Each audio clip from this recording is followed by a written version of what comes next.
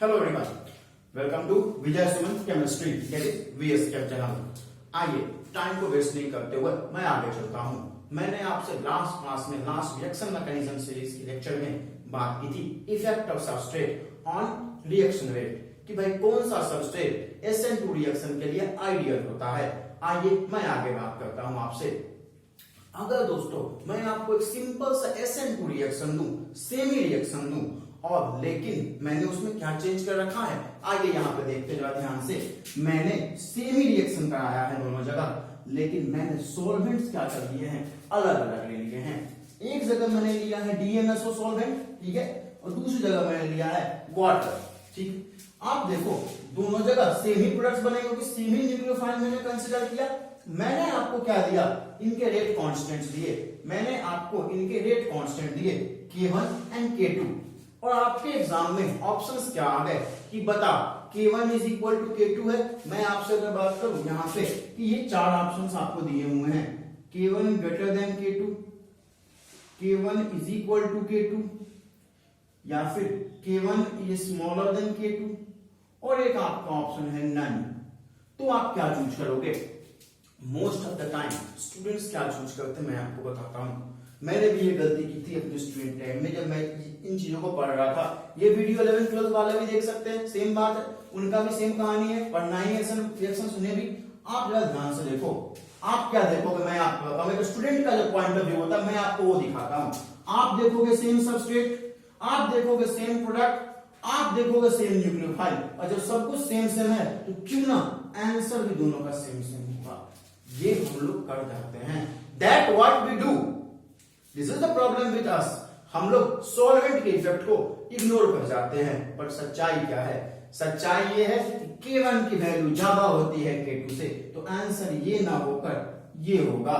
यानी कहने का मतलब ये है कि किसी भी रिएक्शन के रेट में, किसी भी SN रिएक्शंस के रेट में सॉल्वेंट्स का इफेक्ट काफी इंपॉर्टेंट हो जाता है। सॉल्वेंट के इफेक्ट से आपने देखा ना, नुक्ते के हेर फेर से खुदा जुदा हो जाते हैं। वही बात यहाँ पे है, वही बात यहाँ पे है। मैंने सिर्फ सॉल्वेंट चेंज किया, आपका रिएक्शन का स्पीड चेंज कर गया, रिएक्शन की काइनेटिक्स चेंज कर गई। और आपको पता है काइनेटिक्स चेंज होना से क्या हो जाता है। सारे कुछ क्यों करते हैं हम लोग, सारी बातें क्यों करते हैं, कोई भी रिएक्शन क्यों कराते हैं? हमें अच्छी यील्ड मिले और जल्दी मिले। अगर थर्मोडायनामिक्स तो ये भी बोलता है, थर्मोडायनामिक्स तो ये भी बोलता है ना कि कोयला हीरा में कन्वर्ट हो जाता है। कब होता है? ये तो हमने वो काइनेटिक्स बताता है ना, कितने स्पीड में होगा, कितने देर में होगा, ये कौन बताता है हमें? ये काइनेटिक्स बताता है। और आप ही जरा देखो, अगर काइनेटिक डेटा चेंज कर गए तो इस रिएक्शन को कहां करवाना ज्यादा इजी हो, अच्छा होगा हमारे लिए, DMSO सॉल्वेंट में या फिर वाटर सॉल्वेंट में? आंसर आपको ही पता है और मुझे भी पता है कि वो होगा DMSO सॉल्वेंट में। भाई ऐसा क्या हुआ कि SN2 रिएक्शन H2O में नहीं हुआ उतनी स्पीड से, DMSO में हो गया उतनी ज्यादा स्पीड से? क्यों भाई? होगा तो दोनों में, होगा तो दोनों में, ठीक है, लेकिन DMSO में काफी ज्यादा तेज होता है। क्यों? आइए देखते हैं आगे। देखो जरा सा, मैंने यहां पे क्या लिखा है कि SN2 रिएक्शंस के लिए हम लोग पोलर एप्रोटिक सॉल्वेंट्स को ज्यादा फेवर करते हैं, ज्यादा प्रेफर करते हैं। क्यों? दोस्तों मैंने आपको फर्स्ट लेक्चर, इसके पहले वाले लेक्चर से बताए थे कि हम लोग SN2 रिएक्शंस को पोलर एप्रोटिक सॉल्वेंट में मोस्ट फेवर करते हैं। रीजन है क्यों, देखिए जरा सा। अगर आप पोलर प्रोटिक सॉल्वेंट ले लोगे, अगर आप पोलर प्रोटिक सॉल्वेंट ले लोगे, मेरे कहने का मतलब है तो पीछे आना कि अगर आपको न्यूक्लियोफिलिक सब्स्टिट्यूशन करवाना है तो आपको एज इज न्यूक्लियोफाइल मिलने जरा। फॉर एग्जांपल आपको साइनाइड आयन का न्यूक्लियोफिलिक सब्स्टिट्यूशन करवाना है तो क्या आपको साइनाइड आयन फ्री से मिलेगा? नहीं मिलेगा ना। यानी हमें कैसा मिलेगा? वो मिलेगा इस फॉर्म में, या तो KCl मिलेगा या फिर सोडियम साइनाइड मिलेगा, ठीक है। मान लो मैंने KCl ले लिया, अगर पोलर प्रोटिक सॉल्वेंट है, अगर पोलर प्रोटिक सॉल्वेंट है तो उसमें जो प्रोटॉन वाला पार्ट है, उसका H+ वाला पार्ट है, वो इस साइनाइड आयन को क्या करेगा? चारों तरफ से घेर लेगा ना, चारों तरफ से घेर लेगा। और आप भी जानते हो जब किसी भी स्पीशीज को सॉल्वेंट के मॉलिक्यूल्स चारों तरफ से घेर लेते हैं बाय हाइड्रोजन बॉन्डिंग या फिर फोर्स ऑफ अट्रैक्शन जो लगते हैं, उसे हम लोग क्या बोलते हैं? सॉल्वेशन बोलते हैं। यानी कहने का मतलब क्या हुआ, कहने का मतलब क्या हुआ कि पोलर प्रोटिक सॉल्वेंट में वो जो H+ है उसके कारण मेरा न्यूक्लियोफाइल जो है वो क्या हो जाएगा, सॉल्वेटेड हो जाएगा। अभी अगर सॉल्वेटेड होगा तो सोचो एक साइनाइड इसके चारों तरफ कितने H+ लगेंगे, ये इसकी साइज कितनी बड़ी हो जाएगी। अगर साइज बड़ी हो जाएगी तो ये जाकर हमारे इलेक्ट्रोफिलिक सबस्ट्रेट पे, जो हमारा इलेक्ट्रोफिलिक सबस्ट्रेट है सेंटर, वहां पे अटैक नहीं कर पाएगा, वहां पे अटैक नहीं कर पाएगा। क्यों, ये स्टीरिकली हिंडर्ड हो जाएगा। यही रीजन है कि कोई भी न्यूक्लियोफाइल अगर मैं यूज करता हूं पोलर प्रोटिक सॉल्वेंट में और एप्रोटिक सॉल्वेंट में, तो एप्रोटिक सॉल्वेंट में उसकी सॉल्वेशन नहीं होती है, वहां पे सिर्फ और सिर्फ पॉजिटिव पार्ट की सॉल्वेशन हो जाती है। न्यूक्लियोफाइल को तो आप भी जानते हो इलेक्ट्रॉन डेंसिटी ज्यादा है और वहां पे H+ तो है नहीं, सॉल्वेशन करेगा कौन, तो उसकी सॉल्वेशन नहीं होगी। इसी कारण प्रोटिक वाले में न्यूक्लियोफाइल की सॉल्वेशन हो जाती है और एप्रोटिक में न्यूक्लियोफाइल अनसॉल्वेटेड या फिर बहुत ही फीबली सॉल्वेटेड रहता है। इसके कारण आप ही जो सोच के देखो कि जितना अच्छा एक प्रोटिक सॉल्वेंट होगा उसमें न्यूक्लियोफिलिसिटी उस न्यूक्लियोफाइल की क्या होगी, काफी अच्छी होगी। अब अगर न्यूक्लियोफिलिसिटी उसकी अच्छी है तो वो अटैक करेगा प्रॉपर्ली, अगर वो अटैक करेगा तो प्रोडक्ट बनेगा इजीली। अगर जब सारे कुछ जल्दी से हो रहे हैं, आसानी से हो रहे हैं, तो रिएक्शन की स्पीड भी क्या होगी, कॉम्पैरेटिवली फास्टर होगी जब आपने उस रिएक्शन को कराया था प्रोटिक सॉल्वेंट में। यही रीजन है दोस्तों, यही रीजन है कि एप्रोटिक सॉल्वेंट हम लोग यूज करते हैं SN2 में। क्योंकि आपको पता है कि SN2 में न्यूक्लियोफाइल पे भी रिएक्शन का डिपेंड करता है। तो अगर न्यूक्लियोफाइल की न्यूक्लियोफिलिसिटी ही घट गई तो फिर काहे का रिएक्शन होगा, काहे कितनी अच्छी आपको यील्ड मिलेगी। इसी कारण एक बात जान लो कि प्रोटिक में भी हो जाता है, एप्रोटिक में भी होता है, लेकिन एप्रोटिक में जो SN2 होती है उसकी काफी खूबसूरत यील्ड मिलती है, काफी खूबसूरत यील्ड हमें मिलती है। इसलिए जब भी आप SN2 वगैरह का सवाल देखने जाओ तो आप बिल्कुल देख के आना कि भाई वहां पे सॉल्वेंट क्या दिया हुआ है। सॉल्वेंट के हेरफेर से, फिर मैंने कहा नुक्ते के हेरफेर से खुदा जुदा हो जाते हैं, तो फिर आपका वही भी आपका आंसर भी आपसे जुदा हो जाएगा। लेकिन अगर मैं बात करूं, ये मुझे SN1 में बताना चाहिए बट फिर भी मैं ये बता दे रहा हूं कि अगर मैं SN1 रिएक्शन की बात करूं तो वहां पे कार्बोकैटायन इंटरमीडिएट बनता है। इसके फॉर्मेशन में आपके पोलर प्रोटिक सॉल्वेंट्स जो होते हैं काफी फेवरेबल होते हैं, काफी हेल्प कर देते हैं वहां पे कार्बोकैटायन के फॉर्मेशन में। वो मैं SN1 में बताऊंगा डिटेल में। फिलहाल आप यहां बोलो कि आपको ये समझ में आया कि नहीं आया। जितना अच्छा एक प्रोटिक सॉल्वेंट होगा उतनी अच्छी वहां पे रिएक्शन की यील्ड होगी, यानी उतना हाई काइनेटिक्स होगा। आइए मैं आपको कुछ एप्रोटिक सॉल्वेंट्स दिखाता हूं, देखते हैं। देखिए हमने रिएक्शन तो पढ़ने जा रहे हैं, रिएक्शन क्वेश्चंस करने जा रहे हैं, बट आपका सामना कुछ एप्रोटिक सॉल्वेंट से भी होना चाहिए ताकि जब आपको मिले तो आप उनको लेकर कंफ्यूज ना हो कि भाई ये क्या ले लिया हमने साथ में। मैंने कुछ आपके सॉल्वेंट्स लिए हैं, बाकी के सॉल्वेंट्स के अगर आपको डिटेल चाहिए, लिस्ट चाहिए, तो आप टेलीग्राम ग्रुप जो डिस्क्रिप्शन बॉक्स में मेंशन है उस पर जाकर आप उस ग्रुप को ज्वाइन कर लो, वहां आपको प्रोवाइड करा दी जाती है। ठीक है, आइए देखते हैं मैंने क्या क्या सॉल्वेंट्स लिए हैं। मैंने एक लिया एसीटोन। देखो एसिड रिएक्शंस के लिए आपके पोलर सॉल्वेंट्स तो चाहिए ही चाहिए, लेकिन सवाल है कि प्रोटिक या फिर एप्रोटिक, ये आपको ध्यान में रखना पड़ेगा। आप प्रोटिक सॉल्वेंट्स काफी जानते हो, अल्कोहल हो गया, वाटर हो गया, ये सारे क्या है आपके पोलर प्रोटिक सॉल्वेंट्स हैं। अगर मैं यहां बात करूं तो देखो एसीटोन पोलर एप्रोटिक सॉल्वेंट है, काफी कॉमनली यूज होता है। उसके बाद जो होता है वो है डाइमिथाइल सल्फोक्साइड DMSO। इसका मैंने शॉर्ट फॉर्म यूज किया थोड़ी पहले, आपने देखा था। फिर बात आती है डाइमिथाइल एसिटामाइड की, ये भी क्या है, एक पोलर एप्रोटिक सॉल्वेंट है। अब सवाल उठता है कि भाई मान ले अगर मुझे प्रोटिक सॉल्वेंट में ही काम करना हो, एक प्रोटिक सॉल्वेंट अवेलेबल नहीं हो, तो भाई सिलेक्शन ऑफ न्यूक्लियोफाइल पे बात आ जाती है। तब बात क्या आ जाती है, सिलेक्शन ऑफ न्यूक्लियोफाइल पे, कि हम कैसा न्यूक्लियोफाइल यूज करें ताकि हमारा न्यूक्लियोफिलिक सब्स्टिट्यूशन हो सके। कि भाई कैसे होगा कहानी अगर मुझे प्रोटिक सॉल्वेंट ही यूज करना है। तो एक बार जरा ध्यान से देखो सब कोई, एक बार जरा ध्यान से देखें सब कोई। जितनी छोटी आपके न्यूक्लियोफाइल की साइज होगी, जितनी छोटी आपके न्यूक्लियोफाइल की साइज होगी, सॉल्वेशन उस पर उतना ज्यादा होगा, सॉल्वेशन उस पर उतना ही ज्यादा होगा। यानी कहने का मतलब क्या हुआ कि जैसे जैसे न्यूक्लियोफाइल का साइज छोटा होते जाएगा, पोलर प्रोटिक सॉल्वेंट में उसकी न्यूक्लियोफिलिसिटी क्या हो जाएगी, घटती जाएगी। अगर मैं हैलाइड्स की बात कर लूं तो आप जरा देखो, अगर मैं हैलाइड्स की बात करूं तो आपको पता है I- Br- Cl- and F-। अगर आपने पोलर एप्रोटिक सॉल्वेंट लिया है, अगर आपने पोलर एप्रोटिक सॉल्वेंट लिया है, यानी कि एप्रोटिक सॉल्वेंट की मैं बात करता हूं आपसे, एप्रोटिक सॉल्वेंट की मैं बात करूं तो आपको पता है जिस पे चार्ज ज्यादा कंसंट्रेटेड होता है, यानी जिसकी साइज छोटी होती है, उसकी न्यूक्लियोफिलिसिटी भी क्या होती है, काफी अच्छी होती है। तो यहाँ पे सबसे साइज छोटी किसकी है, F माइनस की है। तो अगर आप एप्रोटिक सॉल्वेंट लेते हो ना, तब तो कहना नहीं है, तब तो न्यूक्लियोफिलिसिटी का ऑर्डर ये होगा, तब तो न्यूक्लियोफिलिसिटी का ऑर्डर ये होगा कि F माइनस की साइज छोटी है, उसका नेगेटिव चार्ज उस पर कंसंट्रेटेड है, वो इजीली अटैक कर सकता है। लेकिन अगर मैंने यहीं पे आपका प्रोटिक सॉल्वेंट ले लिया है, यहीं पे मैंने आपका प्रोटिक सॉल्वेंट ले लिया है, तो जरा ध्यान दो भाई, जरा ध्यान दो, मैं सेम ही न्यूक्लियोफाइल्स ले रहा हूं, मैं सेम न्यूक्लियोफाइल्स ही ले रहा हूं। जो देखो जरा सा क्या हो जाता है जादू।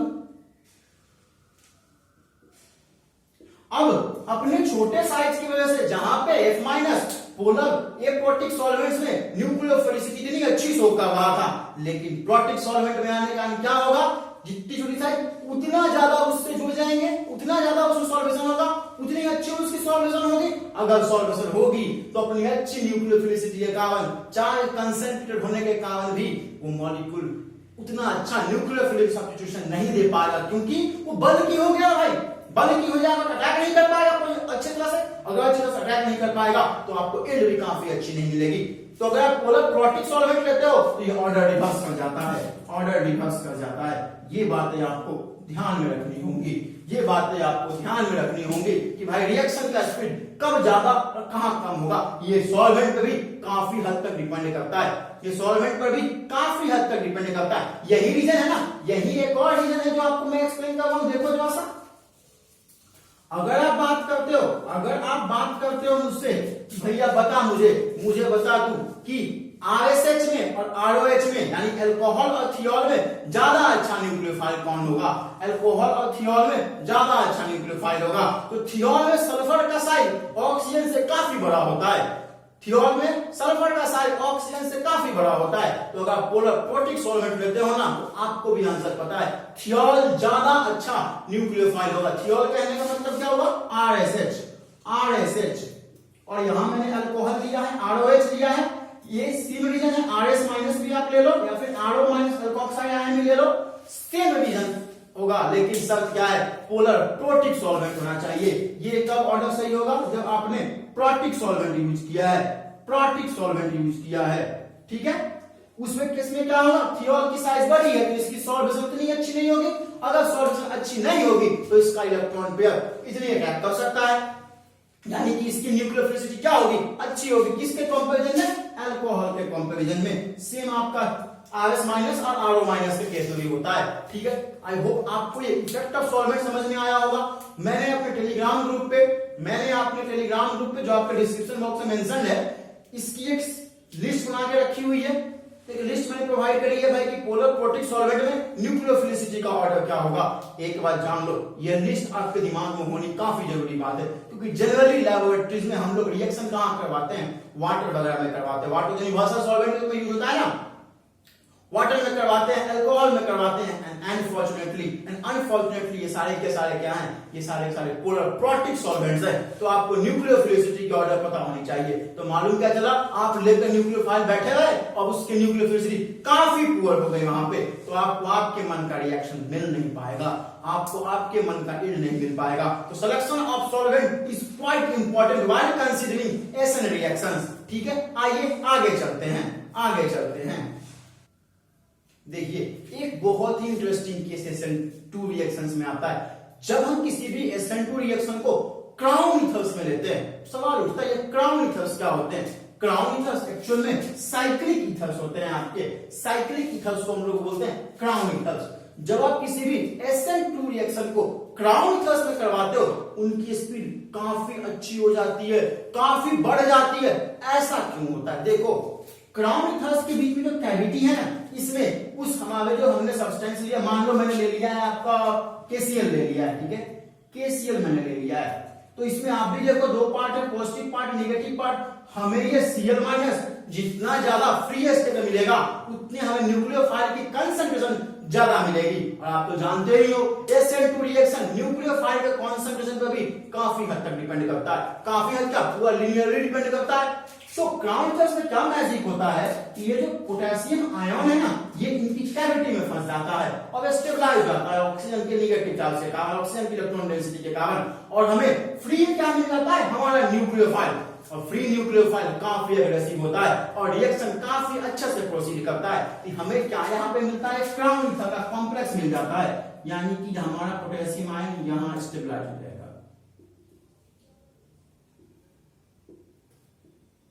ठीक है, ये क्राउन थर्ड कॉम्प्लेक्स का फॉर्मेशन ही काफी अच्छा रोल प्ले करता है क्राउन थर्ड के केस में रिएक्शन के स्पीड को मल्टीफोल्ड बढ़ाने के लिए। इसलिए अगर आपने कोई SN2 रिएक्शन को क्राउन थर्ड में कराया है तो जो स्पीड आप सोच रहे हो उससे काफी अच्छी आपको वहां पे उसकी काइनेटिक्स ऑब्टेन होगी। रिजल्ट आपने देख लिया है। चलिए मैं आपको नेक्स्ट इफेक्ट की तरफ ले चलता हूं, effect of leaving group. Effect of leaving group देखो जरा सा, मैंने फिर आपके लिए दो इक्वेशंस लाए हैं। मैं आपके दो इक्वेशंस लेकर आया हूं।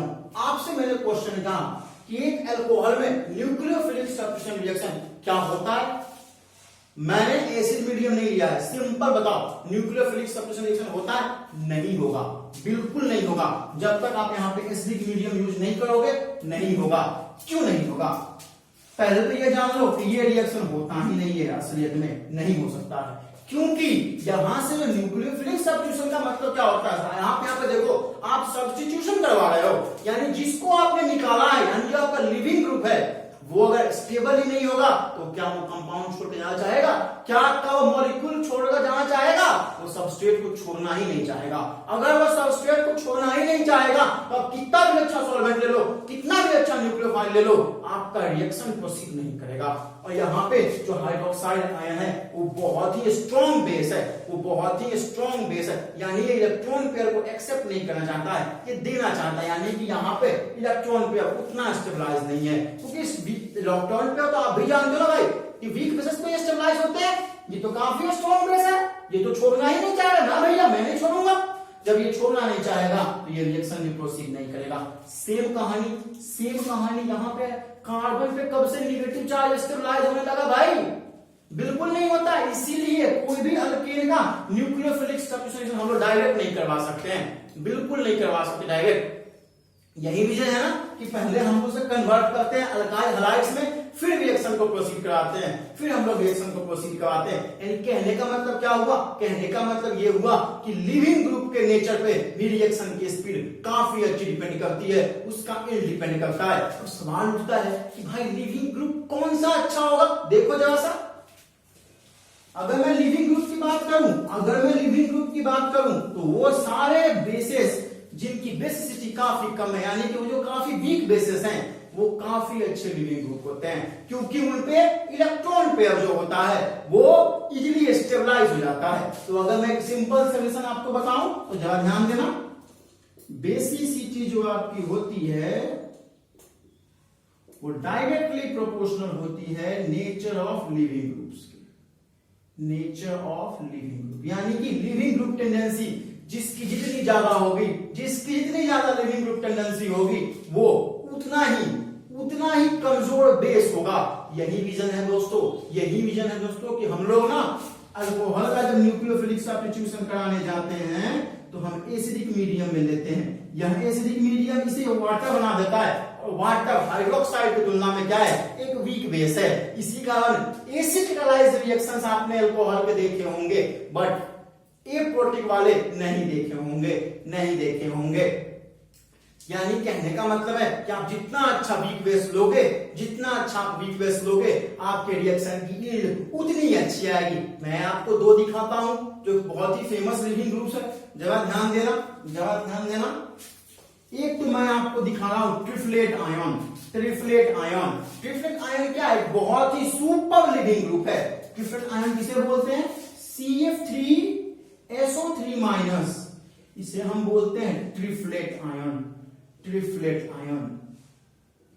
ये एक सुपर लिविंग ग्रुप है, बहुत ही खूबसूरत लिविंग ग्रुप है। तो अगर आपको थोड़ी सी भी एसिड बेस केमिस्ट्री की नॉलेज है तो जितने भी आपके वीक बेसेस होंगे वो अच्छे न्यूक्लियोफाइल होंगे, सॉरी अच्छे लिविंग ग्रुप्स होंगे। अगर मैं हैलाइड्स की बात करूं तो देखें जरा सा, I माइनस की बेसिसिटी सबसे कम होती है, फिर आता है Br माइनस, फिर आता है Cl माइनस, फिर आता है F माइनस। तो अगर मैं लिविंग ग्रुप टेंडेंसी की बात करूं तो सबसे अच्छा लिविंग ग्रुप होगा I minus, then Br minus, then Cl minus, और सबसे पुअर लिविंग ग्रुप आपका कौन होगा, मोस्ट पुअर लिविंग ग्रुप होगा F माइनस। तो ये हमारा लिविंग ग्रुप टेंडेंसी का एक सीक्वेंस था, एक कॉन्सेप्ट था, जिसके बेसिस पे हम लोग रिएक्शन की यील्ड को प्रेडिक्ट कर सकते हैं। होप आपको ये समझ में आया होगा।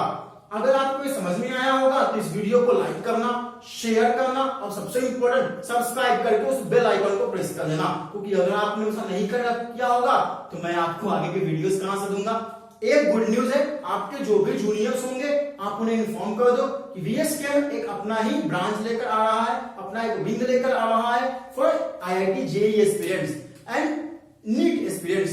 क्योंकि दोस्तों केमिस्ट्री तो वहां भी पढ़नी है, साइंस तो हर जगह सेम ही है। हमारा ये ड्यूटी बनता है ना कि हम सबको इक्वल प्रिविलेज दें, इक्वल सबको अपॉर्चुनिटी दें, सबको इक्वल सर्विस दें। तो थैंक यू सो मच इतना मुझे टाइम देने के लिए, इसे समझने के लिए। It's my humble request again कि अगर आपको और भी चाहिए डिटेल में मटेरियल्स चाहिए, क्वेश्चंस चाहिए, तो डिस्क्रिप्शन बॉक्स में दिए गए टेलीग्राम ग्रुप को जो सेम नाम है वीएसकेएम से चलता है, आप उसे जाकर ज्वाइन करें। आपके लिए मैंने उसे पब्लिक कर रखा है, आप जाइए ज्वाइन कीजिए और वहां पे मौजूद मटेरियल्स, ये लिस्ट वगैरह, सीक्वेंस लिस्ट, क्वेश्चंस का मजा उठाइए, उन्हें एंजॉय कीजिए, उन्हें अवेल कीजिए।